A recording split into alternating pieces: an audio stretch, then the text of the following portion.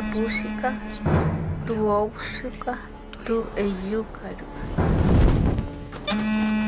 Araura, Chi Asibukai, Chiarinkai, Mushisain, Chongwa Hapu Supura, Nojo, Ruin, Mutuinguay. Pues yo creo que la comunidad Wayuu es una comunidad que desconocemos, es una comunidad que desconocemos nosotros como colombianos y obviamente desconoce el mundo, pero es una sociedad que tiene una cantidad de cosas que nos hacen repensarnos, ¿no? Y entonces tienen, digamos que esta sociedad que es supremamente fuerte, tradicional, pero capitalista. Y una sociedad que ha establecido su armonía y su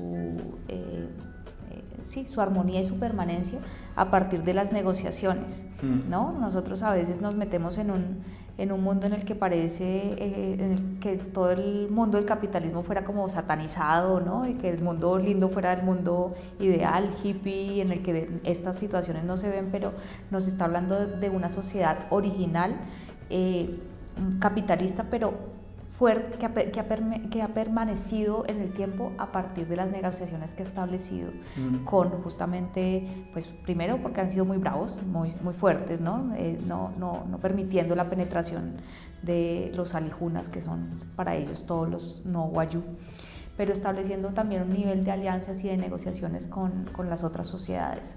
Entonces nosotros queríamos hablar. Y este nivel de negociaciones se da a partir de la palabra, porque la palabra es lo que te da el honor y lo que te permite el balance. Y entonces esta película que habla justamente del choque entre lo tradicional y el capitalismo salvaje, habla del momento en el que estas tradiciones se desequilibran y se desequilibran las negociaciones y se desequilibra la palabra, ¿no? Y entonces hablamos de una sociedad moderna en la que la palabra ya no vale, en la que estás hablando de fake news todo el tiempo, ¿no? Y de unas realidades paralelas que no tienen nada que ver con el honor y con la verdad, sino con como los intereses más mediáticos y económicos, pero que han perdido el respeto, se ha perdido el respeto y el honor sobre la palabra.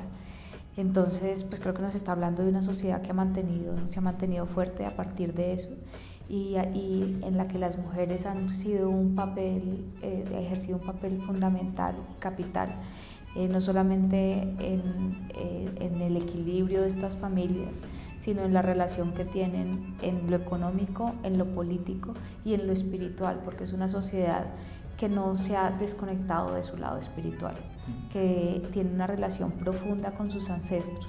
La relación profunda con sus ancestros no es solamente una relación como con la magia o con la superstición, es una relación con quien uno es y de dónde viene.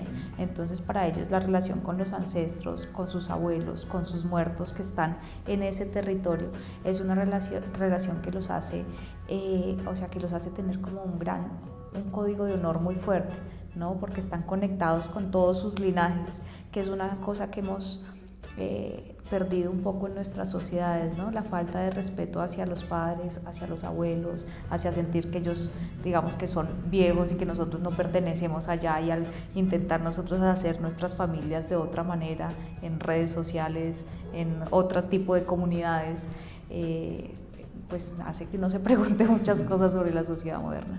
Pues nosotros queríamos, en principio, contar una película de gángsters. A medida que nos fuimos aproximando a la sociedad Wayuu y de ver todas estas relaciones que tienen ellos con ese mundo de lo intuitivo, de lo místico, de la relación con los sueños, de la relación con los muertos, y de esa relación como con lo sobrenatural y con que es como la relación con lo surreal, ¿no? Y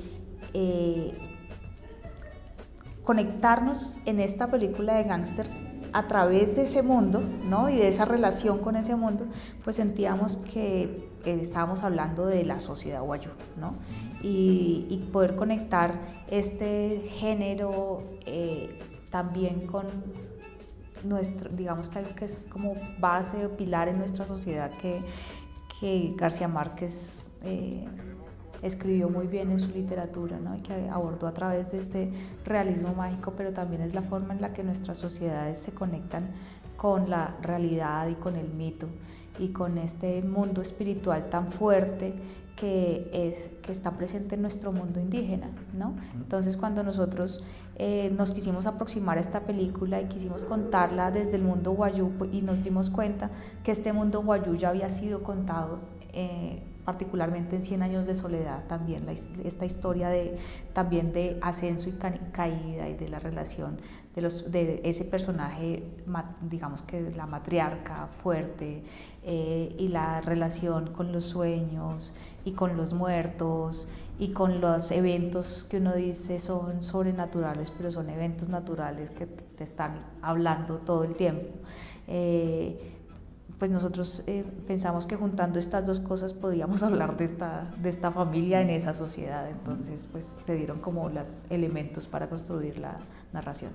Hay poca documentación del periodo de la bonanza marimbera. Hay un par de novelas, pero no son muchas. Sin embargo, sí las leí hace 10 años cuando nos fuimos a hacer los viajes del viento, que era en esta misma época, pero con otro tema diferente.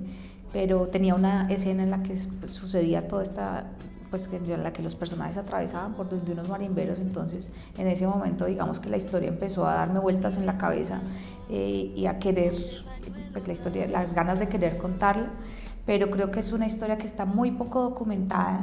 Desde lo cinematográfico no estaba documentada, desde lo literario está lejana, pues documentada poco. Yo leí, pues nosotros leímos esas historias, pero sobre todo hace parte de la tradición oral de la gente, de una historia viva que está en las historias de las personas y de muchas personas con las que hablamos en esa época, hace 10 años, pero de muchas historias que uno conoce. Pues yo crecí en los años 80 en Bogotá, en un barrio de clase media, y en la que vi muchas historias de personajes de este tipo, y muchas familias que como que tuvieron un ascenso y caída, y ha sido como, claro, hay una investigación que se cierra en el tiempo, pero también digamos que parte de la investigación es como pues la vida y la sociedad en las que nos ha tocado vivir y crecer. Obviamente para la estructura y para la escritura del guión, pues nosotros ya llamamos a un par de guionistas para trabajar. Tuvimos asesoría de antropólogos, de especialistas, pues sobre todo para llevar como todo el tema de las tradiciones. Pero estábamos hablando de una cosa de la que no se ha hablado desde un lugar del que no se ha hablado. Entonces hay una búsqueda. Hay como muchas historias escuchadas, pero todo armado a través de una ficción. Pues la bonanza marimbera, pues yo siento que es justamente un tabú. Es el inicio de lo que sucedió, era una historia que no había sido contada, pero además es que es una historia en la que gran parte de la sociedad se vio involucrada. Y muchas familias que hoy están en el poder, en la política, pues hicieron parte de la bonanza marimbera.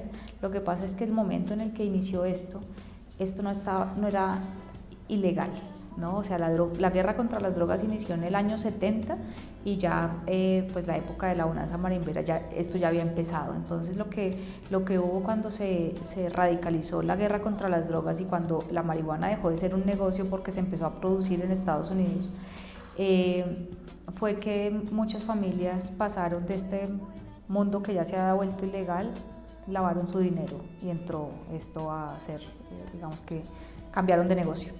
Y luego el negocio se transformó y se convirtió en lo que son los carteles de la droga y el cartel de Medellín, el cartel de Cali, pero con otro producto. Entonces, pues hay un tabú sobre la época, ¿no? Hay pues muchas familias poderosas de esa época, todavía son poderosas hoy, pero a partir de una transformación de la economía.